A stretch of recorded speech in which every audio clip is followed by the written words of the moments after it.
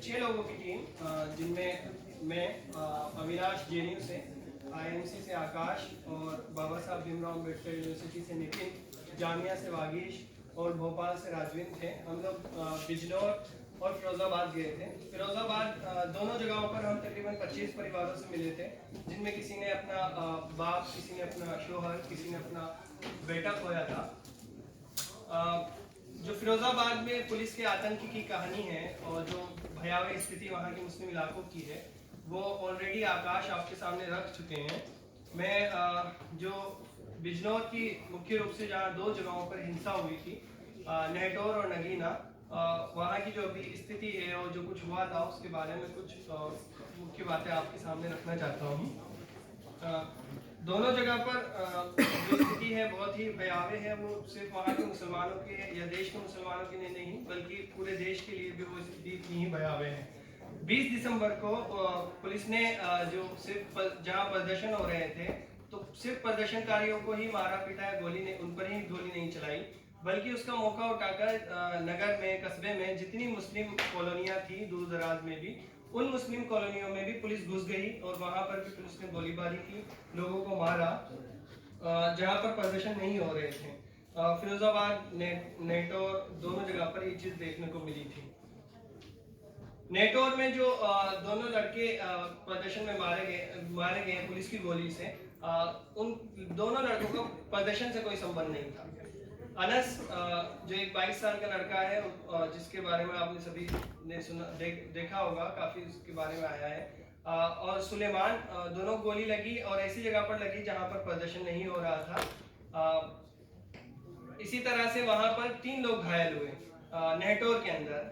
सलमान एक है, ओमराज है और कफील है। सलमान बताते हैं कि सलमान उस वक्त बाजार में थे नेहटौर में, और जब गोली चली तो वो बाजार में फंस गए, और उन्हें पूरा कंप्लीट याद है कि वो जब बाजार में फंसे हैं तो पुलिस वाला उनके सामने बैठता है, उन पर निशाना साधता है और उन पर गोली चलाता है। उनको पेट में गोली लगती है तो 20 मीटर उसके बाद दौड़ कर जाते हैं और एक गली में गिर जाते हैं। उसके बाद कुछ लोग उनको मेरठ के हॉस्पिटल में एम्बुलेंस से लेके जाते हैं। इसी तरह की हिंसात्मक कार्रवाई पुलिस ने नगीना, जो बिजनौर से ही 30 किलोमीटर की दूरी पर है, नगीना में लड़कों पर की थी। वहां पर पुलिस ने की गोली से कोई मरा नहीं, ये शुक्र की बात है, लेकिन जिस तरह से नाबालिग माइनर लड़कों को, छोटी उम्र के, कच्ची उम्र के लड़कों को जिस तरह से पीटा है, लगता है कि पुलिस उनको मार ही देना चाहती थी। 20 तारीख को नगीना में जब लड़के जामा मस्जिद से प्रदर्शन करते हुए, मार्च करते हुए निकलते हैं और मुस्लिम इलाका पार कर वाल्मीकि कॉलोनी पहुंचते हैं, तो पुलिस उनको दोनों ओर से घेरती है और बर्बरता के साथ उन पर लाठीचार्ज करती है। इस लाठीचार्ज में कुछ लड़के किसी तरह से भागते हैं और कुछ लड़के वहीं के घरों में छुप जाते हैं। तो जिस एक लड़का जिससे हमारी मुलाकात हुई थी, शारिक, उनका पैर तोड़ दिया गया था, उनके पैर में रॉड पड़ी हुई है जीवन भर के लिए, उनकी हाथ की उंगली टूटी हुई है।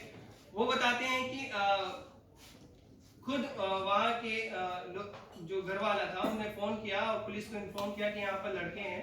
पुलिस आती है, उनको बुरी तरह पीटते हुए, घसीटते हुए बसों में भरती है और नगीना थाने लेके जाती है।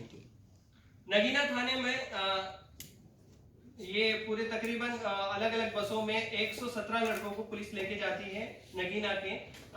नगीना थाने में जो लड़का नमाज पढ़ाता है सभी लड़कों को, पुलिस उसे और शारिक को बहुत बुरी तरह पीटती है। इन्होंने टोपी लगाई हुई थी, इनके दाढ़ी भी है। तो आप देख सकते हैं कि पुलिस के पूरे अटैक का, चाहे वो मुस्लिम कॉलोनियों में घुसकर किया गया हो या किसी को पकड़ते वक्त किया गया हो या किसी को पीटते वक्त जिस तरह से किसी को आइडेंटिफाई किया गया है, उसका नेचर कितना इस्लामोफोबिक है पुलिस के अटैक का। शारिक आगे बताते हैं कि उनको शाम तक नगीना थाने में पीटा जाता है, उसके बाद वहां से बिजनौर ले जाया जाता है, बिजनौर जेल में। और जब बिजनौर जेल में उनको ले जा रहे होते हैं तो पुलिस वाले के पास वीडियो कॉल आता है। वीडियो कॉल में बिजनौर जेल में कुछ लड़कों को पीटा जा रहा होता है, जिन्होंने नजीबाबाद और नेटौर से लाया गया था। पुलिस वाला कहता है कि ये देखो, तुम्हारा भी यही हाल होगा। जितने लड़के बस में थे, शारिक बताते हैं, वो बुरी तरह से सहम जाते हैं। उसके बाद वो रात को बिजनौर पहुंचते हैं। जब बिजनौर पहुंचते हैं तो बस से जैसे ही कोई उतरता है तो उसकी वहीं पे पुलिस लाठी और डंडों से पिटाई शुरू कर देती है। बस के दरवाजे से पुलिस थाने के दरवाजे तक दोनों और 20-20 पुलिस वाले मौजूद होते हैं, और जैसे ही एक लड़का उतरता है पुलिस उनको वहां पे बुरी तरह पीटती है। या एक शारिक जब उतरते हैं, शारिक बताते हैं कि उतरते ही जैसे ही वो 4 कदम चलते हैं पुलिस उन पर इस तरह से लाठियां बरसाती है कि उनका जो बायां पैर है वो टूट जाता है और वो वहीं पर गिर जाते हैं। शारिक बताते हैं कि इसी तरह से ढेरों लड़कों को नंगा कर करके वहां पे पीटती है। और जो शारिक ने हमें बताया कि नगीना में जब उन्होंने नमाज पढ़ी और उसके बाद पुलिस ने वापस उनको पीटना शुरू किया थाने के अंदर, तब उनको इस तरह कहा गया कि तुम देशद्रोही हो और देश को बर्बाद करने के लिए दुआएं मांगते हो। शारिक ने कहा कि जो नगीना में उनके साथ बिजनौर जेल में उनके साथ हुआ, कई लड़कों को पीट दिया गया, उसके बाद 24 घंटों तक उनको कोई उपचार नहीं दिया गया है, न ही परिवार वालों से फोन करने मिलने की इजाजत दी गई। क्योंकि उन 117 लड़कों में से 38 लड़के माइनर थे, तो पुलिस को उनको दूसरे दिन छोड़ना पड़ा या इलाज के लिए घर वालों के साथ भेजना पड़ा। जो वहाँ के 38 लड़के थे उसमें से सिर्फ शारिक से हम मिल पाए, और बाकी एक लड़का था सन्नान जिसको हम गली में मिले, वो 1 महीने बाद भी लंगड़ा के चलता है, और वो लड़का सिर्फ 15 साल का है। इस तरह से वहां पे पुलिस ने आतंक किया था। और दोनों जगहों पर चाहे नगीना हो और नेटोन, दोनों जगह पर पुलिस का जो आतंक है उसका डर इतना है कि लोग उस दिन के प्रदर्शन के वीडियोस लोगों ने अपने मोबाइल से डिलीट कर दिए हैं, और जो अगर कहीं के दूसरी जगह के प्रदर्शनों के वीडियोस आते हैं तो लोग उन्हें देखते हैं और अपने मोबाइल से डिलीट कर देते हैं। वहां 3-4 दिनों तक मुस्लिम समाज के लोग जगे रहे, और जो 79 लड़के हैं वो अब भी बिजनौर की जेल में बंद है, नगीना के 79 लड़के, और कल उनकी डेट थी, सुनवाई की बेल हियरिंग थी। तो पुलिस ने उसमें जो केस डायरी थी वो भी प्रस्तुत नहीं की, तो उनको आगे की डेट दे दी गई है। तो वहाँ नगीना के जो मुस्लिम लोग हैं वो वहाँ की वाल्मीकि कॉलोनी के उन परिवारों से भी नाराज है जिन्होंने उनके बच्चों को शरण देने की बजाय पुलिस को उनकी खबर दी थी। तो ये चीज भी नोट करना लायक है। तो जो दोनों जगह की भयावह स्थिति है उनको देखने के बाद हमारे सामने कुछ 4-5 सवाल पुलिस के ताल्लुक से बहुत साफ उभर कर आते हैं। उन सवालों को आपके सामने रखकर यूपी पुलिस के सामने बताकर मैं सिर्फ अपनी बात खत्म करना चाहूंगा कि क्या यूपी पुलिस इतनी संवेदन शून्य हो चुकी है कि वो सिर्फ एक रोबोट बन चुकी है और अपने राजनीतिक आकाओं के कम्युनल फरमान मानना ही उसकी मजबूरी बन गई है। बल्कि इतना कहना चाहिए कि पुलिस फरमान नहीं मान रही है बल्कि फरमान से बढ़कर आगे का काम कर रही है। एसपी बिजनौर के संजीव त्यागी का ऑडियो वायरल था जिसे आप सबने सुना होगा। वो सिर्फ हाथ तोड़ने और पैर तोड़ने की बात कर रहा है, लेकिन यूपी पुलिस ने पूरे यूपी में 23 जाने ले लिए। तो फरमान से आगे बढ़कर पुलिस काम कर रही है।